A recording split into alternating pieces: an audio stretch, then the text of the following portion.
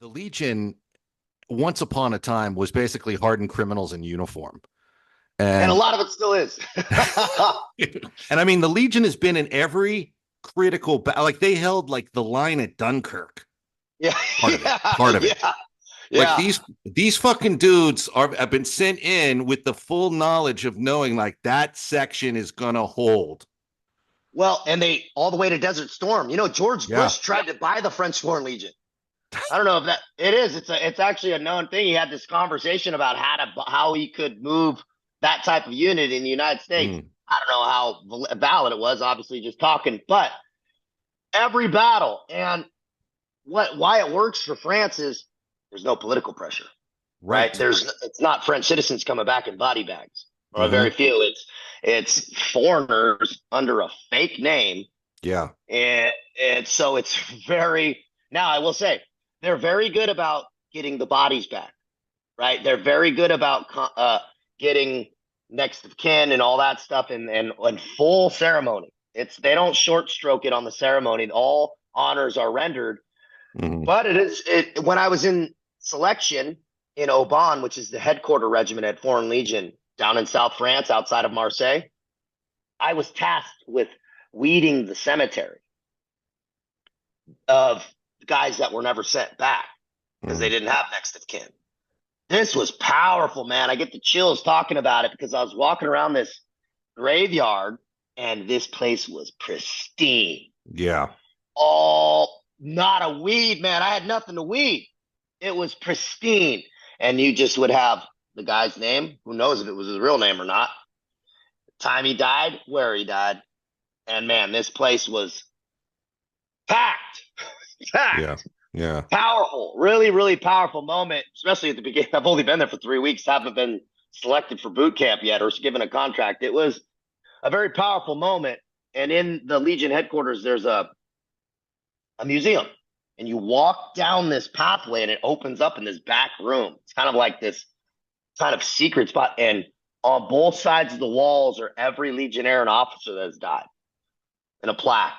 And it is all the way up like the Sistine Chapel, man. It is packed with tens of thousands of guys. And don't they take care of their own? Like if you can retire in like a Legion owned chateau. Yeah, that's man, you got good information, Ethan. Yeah, they have a chateau Yeah. winery. Yeah. The Legion produces their own wine. And if you serve your contract and you get out, doesn't matter, you ever want to come back as a senior citizen, you got nowhere else to go. You can go there and you'll have a place to stay, something to eat, and you just pick grapes and they make wine.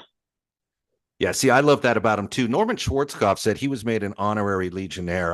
Yeah. I don't doubt that that's true. I'm not sure what his qualifications were for his selection, but he said he got a card that had a number on it and said, and I don't know if this is fictionalized or just plain fucking awesome. No, that's true. That thing is true. Really? They're like, yeah, that goes right to the Legion headquarter number for him. And if anything pops off and he needed something, they would send people for him. Now, that is the kind of thing that is like so impressive and so intriguing because you start to imagine how that would look, right? First of all, what would happen? It's like a Rambo movie. What would happen where Schwarzkopf actually needed help? But let's just say who would show up? Who they would send? That's what I was thinking. Like who? Machine de guerre. Yeah. We always had a joke about a good friend of mine who passed away, Sonny Landham, who played Billy the Indian in Predator. And we always said, this is the one guy on earth where if I was stuck in Vietnam or Cambodia or some shithole, this is the only guy I know would actually come get me out. And I feel like I feel like if Schwarzkopf called this number, that those kind of dudes would come get, like, you wonder, like, what does that look like? What does that strike team look like? What does that task force? It's just so fun to think about. But the A-team, bro. Yeah, for sure, man. But he was incredibly impressed, as he should have been during Desert Storm with those guys, because, there's a lot of impressive units, man, from the SEALs to the Gurkhas, SAS. You can look at their attributes, but the Legion has something about it that is just incredibly inspiring. Maybe it's because they are sort of like you said, the redheaded stepchild, and they always have something to kind of. I mean, like I said, you got to have some fucking nerve to want to assassinate your own president because you don't like the way his politics are going. Yeah. Like Yeah. that And was they didn't. And on that, when that happened, that was the first parachute regiment, Premier Regiment Étranger. What they did is they were going to disband the Legion after that. I heard. But they were so needed for what France wanted. Think about this, that they're like, all right, we're not going to disband you, but we're going to take down that parachute regiment. They left the second parachute regiment, and they go, but you're going to Corsica Island, which is where Napoleon was born. Exactly. Right? They put them on Corsica, and they're still there to this day. That parachute regiment, they call it the Alcatraz. Hey, it's Yuri Lowenthal. You may know me as Ben Tennyson or Saskia Uchiha or even Spider-Man. But today I'm here to talk to you about neuromyelitis optica and its spectrum disorders. That's NMOSD.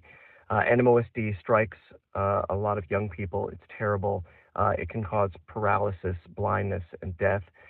But we are close to a cure, and hopefully with it a cure for cancer.